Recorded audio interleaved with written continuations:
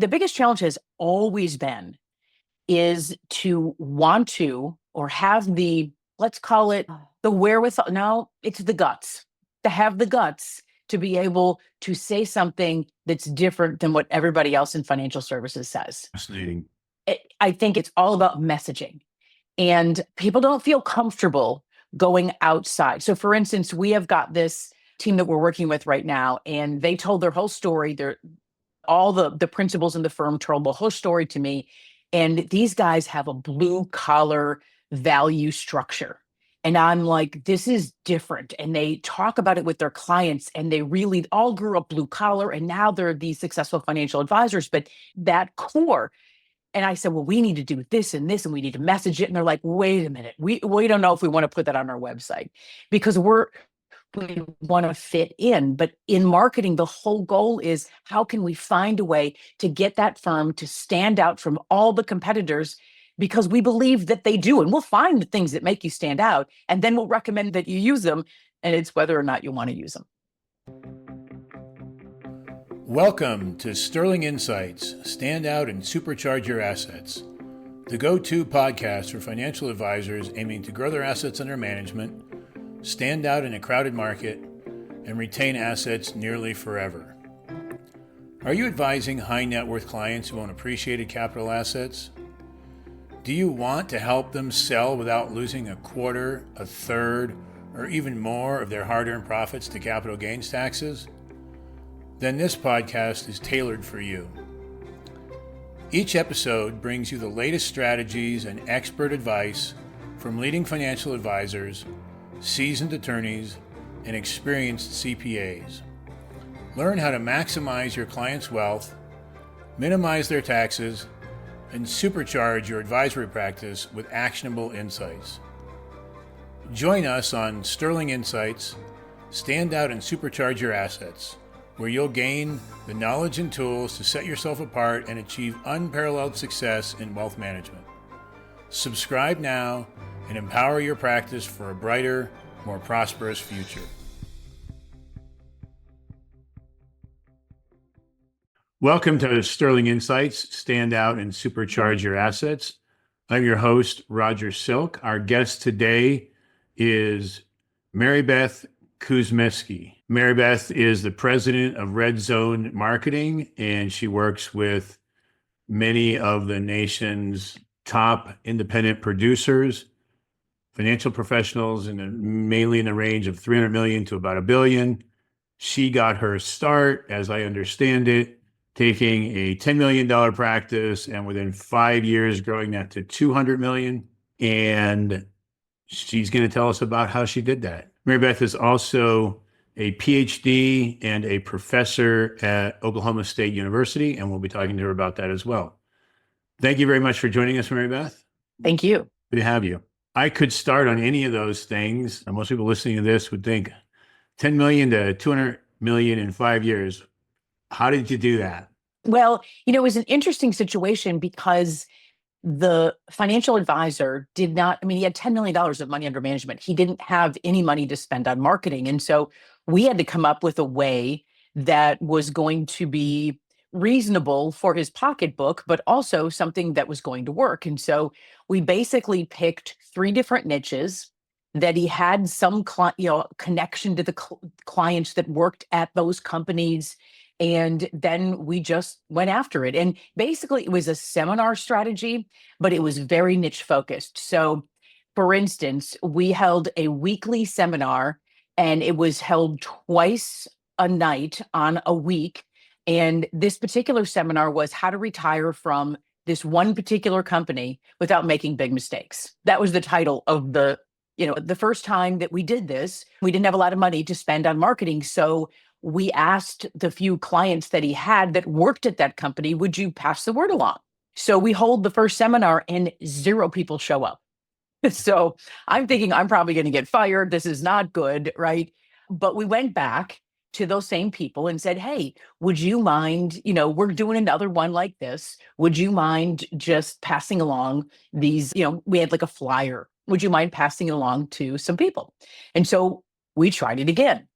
And the second time it worked. And I think we probably had 8 people that came, and it kept building and building and building. Now, how much money did this financial advisor spend on this seminar? Well, really nothing, because he printed off a few flyers, sent them to the people because literally sent them in the mail, like a stack of them, to people that he knew that worked at that company. They passed them out for him. So there was no big direct mail costs.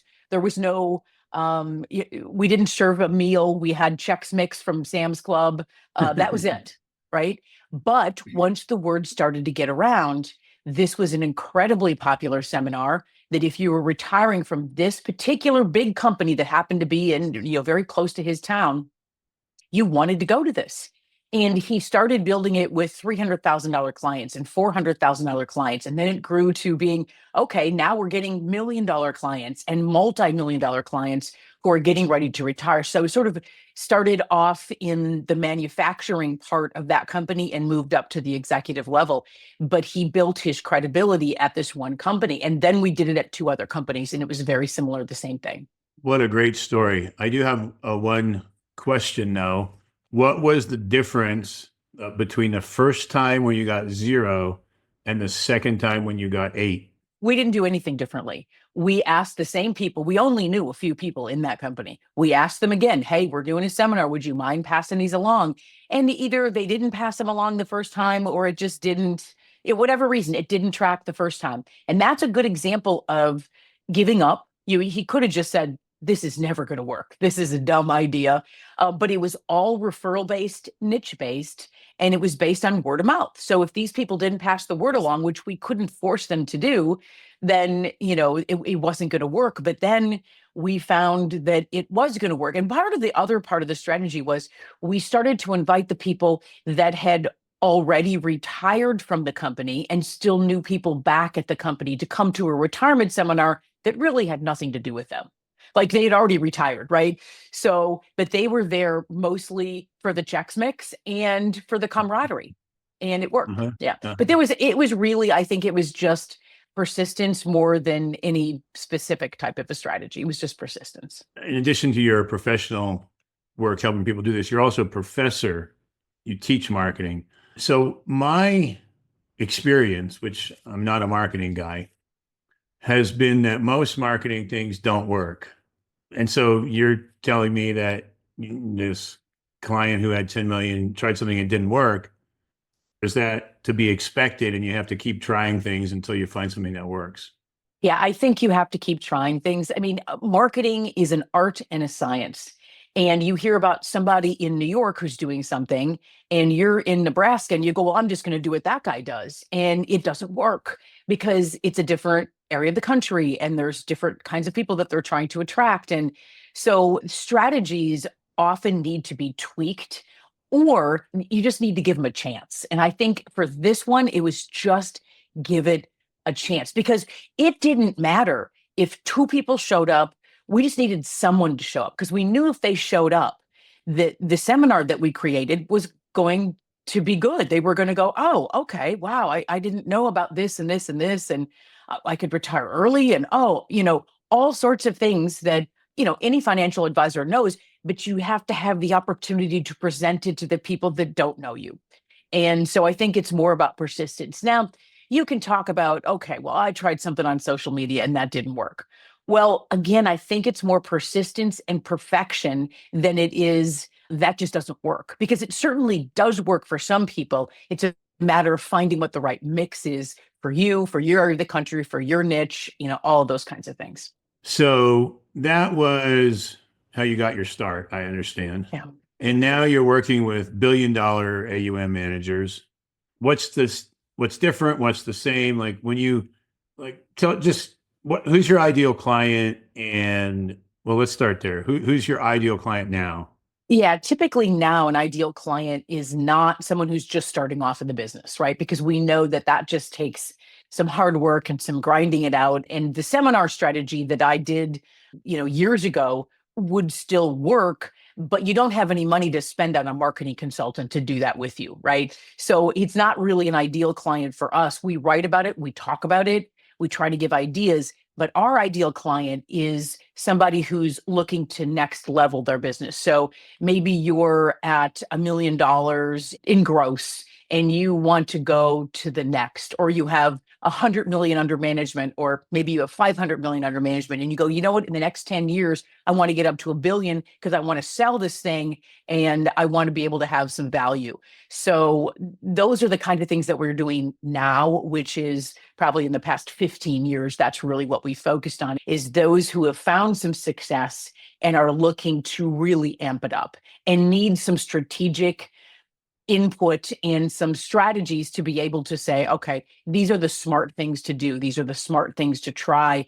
And these are the things that we know are working. Let's figure out what the right mix is for you. What are the kinds of things that you would be exposing advisors? Some advisors listening to this, and maybe he's got 200 million and he wants to grow to 500 million. What kinds of things, like how would you approach that conversation? He says, So hey, I'm thinking about, I heard about you. How can you help us? Yeah, so we usually start with a strategy session. And a strategy session is not me saying, here are the 10 things you need to do to be successful. Because let's say one of those things is, I need you to go out and network 3 times a week. And you're like, but I don't like networking.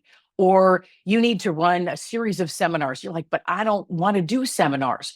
So we have to have strategies that the organization has the propensity to actually do, right? So we have to figure out what was done before, what's worked.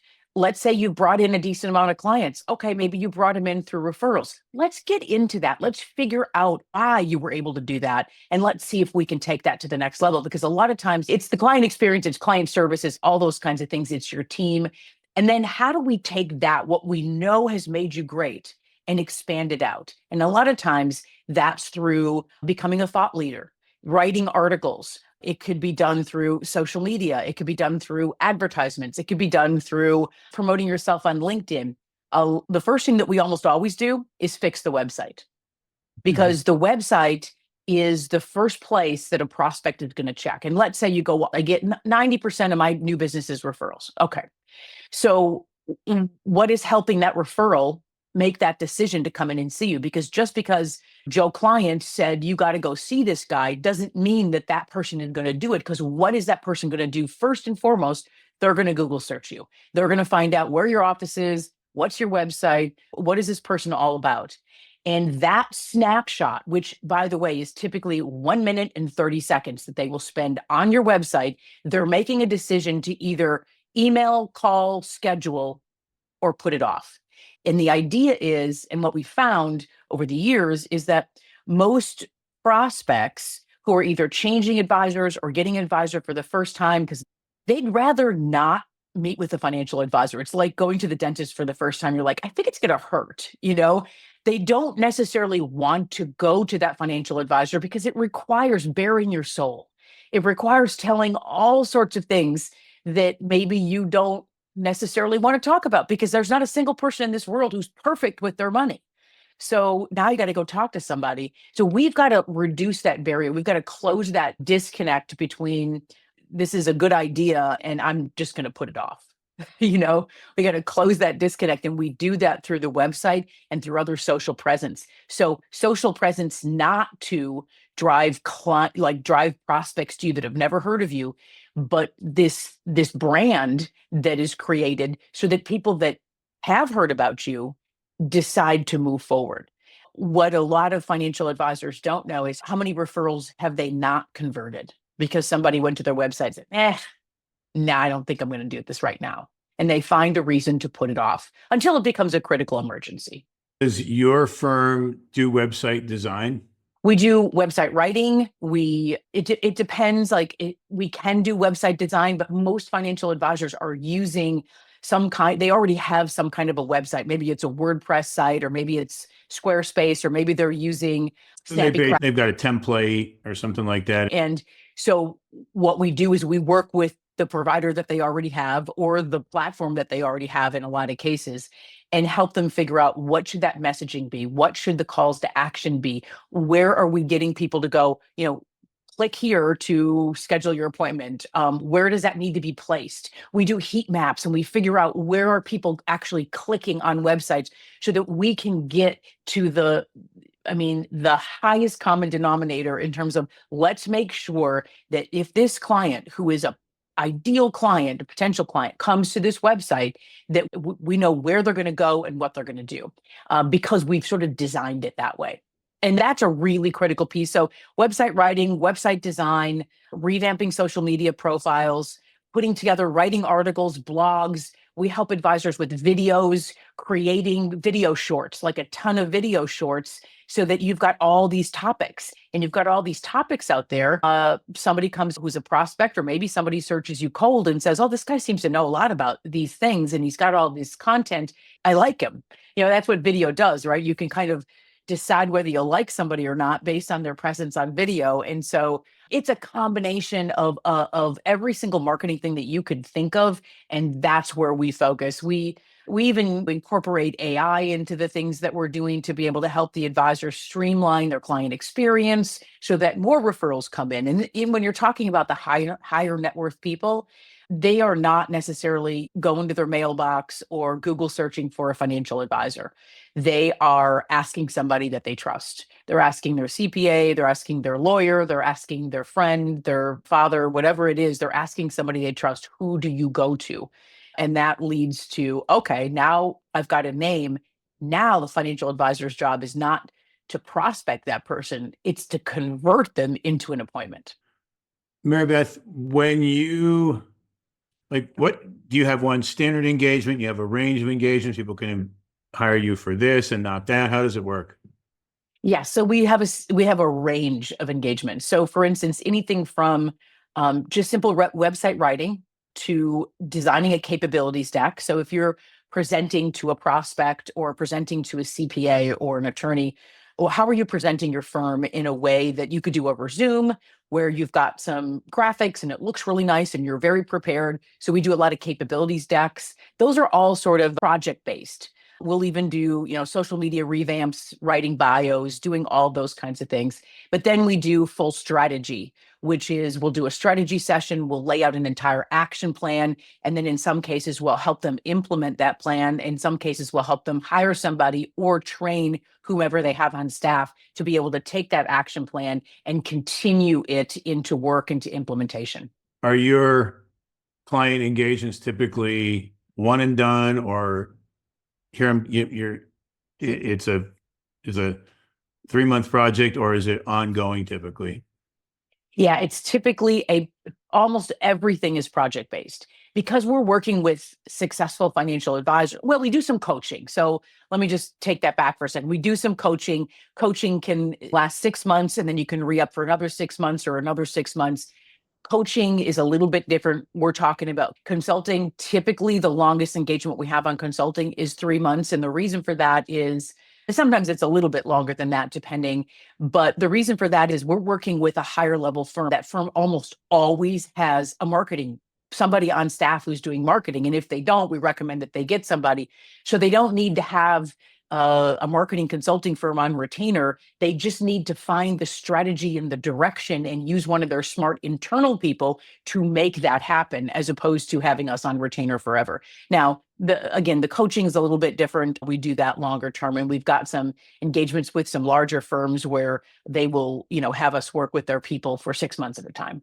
In your thinking, in your practice, do you draw a sharp line, a blurry line, no line between marketing and sales? I mean, there's a line, but marketing when I teach marketing, part of marketing is sales. But at its essence, marketing is designed to support sales. So marketing is designed to tee it up for the salesperson. Now, we do get involved in sales because back a long time ago, we used to create seminars and presentations and all this, and financial advisors would go out and do these presentations, and then they weren't able to close the people that came. And I thought, okay, because they were newer at all of this. So we do some sales training as it relates to that. But to me, marketing supports sales And sales is a different effort, although we know a lot of, I mean, I personally know a lot about sales and what's working and what's not working, but it's two different things. In the typical practice, who comes to you, are they having more issues on the marketing side or on the sales side or combination? Yeah, it's almost always the marketing side. And we've seen that when it shows in the results, because if we get enough at bats for the financial advisor that those that we work with that are, have already shown that they're very successful, if we get them enough at bats, they're going to close most of them. So, and we see that from results. So if we line them up, they're going to close them. Very rarely is it that, oh, we have all these prospects and we're having all these meetings and we can't close anybody. That's rarely the issue. It's getting somebody in front of them. It's just like that seminar, that I was talking about before. We just needed somebody to see the seminar and go, oh my gosh, this is the information that I need, right? We just need to get somebody in front of a seasoned financial advisor who already knows all of this stuff. We just have to give them enough at bats. And the range of firms that you work with. So I think your website says 300 million to a billion is sort of the, and so to me, that's anywhere from maybe one or two people to maybe 10 people is client facing professionals. Is that sort of your market or am I missing something? No, that's typically it. There are some firms that we work with that are multi-billion and they've got multiple people and multiple advisors. And there's a different strategy for that too, because you've got one RIA firm, but they've got multiple advisors. Each of those advisors could have a different niche within the brand of that RIA. And so that requires some different strategy. And we do work with firms like that as well. We also work with asset managers, helping with practice management so that those asset managers can sell more through those financial advisors by helping those financial advisors with their practice management. So we develop tools and strategies for wholesalers to then go deliver to the financial advisors they call on. Okay. Is your typical engagement fixed fee or is it performance based or something else? It's typically fixed fee. And the way that we do it is, I mean, they're reasonable fees in terms of what fits in with what the market will bear.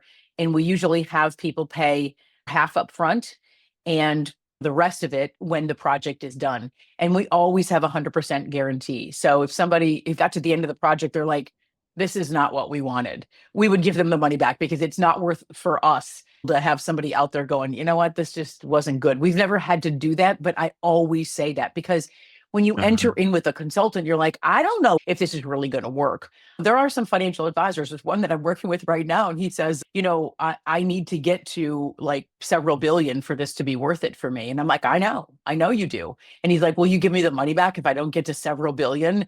And I said, well, if you really want the money back, if you think that none of this has been helpful to you, then yes, I will give you the money back. And he laughs because he knows it's been valuable. It's a matter of staying consistent with the work that he needs to put in order to get his pipeline big enough to be able to have his people be able to sell enough. So, yeah. Uh-huh.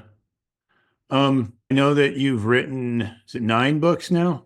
Yes, I've added to my business books, I've added a couple of textbooks for the work I do in the universities. So I think the big academic name in marketing is this guy Kotler up at Northwestern or wherever he is. How is what you teach similar to and different from what he's doing? Yeah, I think everybody basically uses the model, especially I teach the principles of marketing. So every module is a different subject in marketing, and it spans everything from, branding and logos, advertising, sales, all the way to marketing research and analytics, supply chain, all distribution, all of that is marketing, right? And the way that Kotler laid it out many, many, many years ago is really basically the same way that we all the professors in marketing kind of go through it. It's a matter of how you teach it and how you bring in the newer aspects. So right now, if you teach marketing without talking about, let's say, social media, or you teach marketing without talking about AI, is completely engrossed in marketing right now. And so if you're using a textbook from 3 years ago, there's not going to be anything about that in there. So professors have to be able to be flexible and dynamically teach these courses, so they're being taught in a way that students will graduate and go out into the world and go, I learned about that in college, as opposed to I didn't get anything out of that class. Another saying that I've heard, and I don't know where it comes from exactly, is something to the effect that, the CEO says, I know 90% of my marketing dollars are wasted. I just don't know which 90%. Is that a Yeah. reasonable thing for people to say and think? The problem is with that in not really digging deep into the analytics or doing things that you just simply can't track. For instance, if you're doing a lot of web advertising and advertising on apps and things like that, advertising on podcasts, it's really hard to know who's actually listened and heard your message. So you're spending this money, but you really don't have the track back on it. Now they could say, well, 2 million people listened to that podcast, but did they forward through the advertisements? Because I forward through the advertisements, right? When I'm listening to a podcast. So what can we actually track? And I think that if you want to not feel the way that 50% is I have no idea which 50% is making me money or not, is to be able to only do the things that are gonna be able to track. And most of the things you cannot track in marketing. So social media, you can track engagement, you can track clicks, you can track buys. Social media is becoming, more of a direct line for a lot of good marketers. But does it work for financial advisors? And I would say that people aren't going in looking at a cute outfit on Instagram and clicking, and clicking to buy financial advisor services. It works for fashion and it works for some other things, but it doesn't necessarily work for financial advisors quite yet. But those things are trackable because we know, hey, listen, we had this many people saw this, impressions they call it, but did anybody do anything about it? And it's the same thing like a financial advisor advertises on LinkedIn or does a post on LinkedIn and they get 0 likes, shares, comments. Well, we can pretty much tell that that's not working. You see financial advisors do that all the time, post on LinkedIn with their company approved, boring kind of posts. And you feel like you're doing something and you are getting a little exposure, you're out there, but nobody's clicking or liking it. Is it really working? And I would say no, but I think it's to go more in depth as to what's actually working that we can actually track. Really trying to focus almost entirely on things that you can track some way or another. That's exactly right. And part of that is we have to have a team of people that will track it. So if somebody calls and says, I'd like to have a meeting with so-and-so financial advisor, and they don't ask, where did you hear about us? And they don't ask, did you go to our website? Did you check out our LinkedIn profile? Then we never know where they went. We just go, oh, it was a referral from so-and-so, but we never got the details to find out what steps they took. Just because there's a referral they came in, what are the things that you did? No, I didn't look at anything. I just got the phone number from my friend and I called. Or, yeah, I checked you out online. I watched one of your videos. I listened to a podcast. That's what I did. But we don't ask those questions, so we have no idea what's working. And so part of what you do, I hear you saying, is you'll work with somebody, and a lot of that's fixable by changing the client's processes. Yes. And it's tweaks to the process. If someone wanted to read only one of your books, not all 9, or at least not to start with all 9, which one, somebody who's interested in understanding more about what you do and how it works, is one of your books? Yeah, the bestseller that I wrote is called The Connectors, and it really is an evergreen book about how you connect with others. And there are a lot of financial advisors that are really good at connecting, but do you need to ever refine those skills? And so the book, The Connectors, is the one that I would suggest. Another book is And the Clients Went Wild. And it talks about how you create, sort of that raving fan or whatever. But I would go with The Connectors because it's back to the basics on how we're actually making a difference by the way that we listen, by the way that we talk, by the way that we create a client experience based on our personal interaction with somebody. Okay. We're almost out of time. What else, if I haven't asked you about, would you like to have an opportunity for the audience to hear? Yeah, I think if somebody wants to learn more about marketing, wants to know more about marketing, there's so much out there online. I do a blog and a video short just about every single week on topics that are really bite-sized. And so if anyone's interested in that, redzonemarketing.com, and you can go to our blog or check out our videos on YouTube.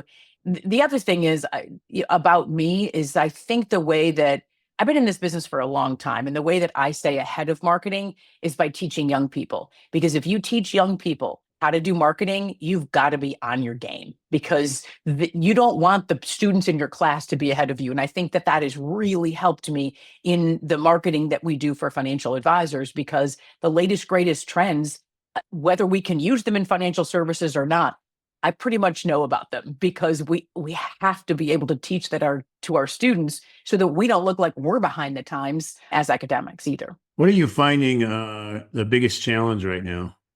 In which side of my life, academia or in the marketing, helping your clients side? Yeah, I think the biggest challenge has always been is to want to, or have the, let's call it the wherewithal. No, it's the guts, to have the guts to be able to say something that's different than what everybody else in financial services says. Fascinating. I think it's all about messaging, and people don't feel comfortable going outside. So for instance, we have got this team that we're working with right now, and they told their whole story. All the principals in the firm told the whole story to me. And these guys have a blue collar value structure. And I'm like, this is different. And they talk about it with their clients, and they really all grew up blue collar, and now they're these successful financial advisors. But that core, and I said, well, we need to do this and this, and we need to message it. And they're like, wait a minute, we don't know if we want to put that on our website, because we want to fit in. But in marketing, the whole goal is, how can we find a way to get that firm to stand out from all the competitors, because we believe that they do. And we'll find the things that make you stand out, and then we'll recommend that you use them. I wish we had more time, Maribeth. I know you said it before, but tell me again. So if the audience wants to learn more about you and the firm, where should they go? Yeah, you can go to redzonemarketing.com, or you can go to, that's the best place to go, is redzonemarketing.com. You can also go to YouTube and just search for Red Zone Marketing. Okay. And that's Red Zone, like inside the 20-yard line? Exactly. That's exactly what it is. All right. Well, thank you so much. I really appreciate your time. Well, thank you for having me on. This has been great. It's our pleasure. Thank you for listening to another episode of Sterling Insights, Stand Out and Supercharge Your Assets, where we provide the info you need from successful leading financial advisors, lawyers, and CPAs. Your hosts, Roger and Catherine Silk, invite you to learn more about Sterling Foundation Management by visiting sterlingfoundations.com.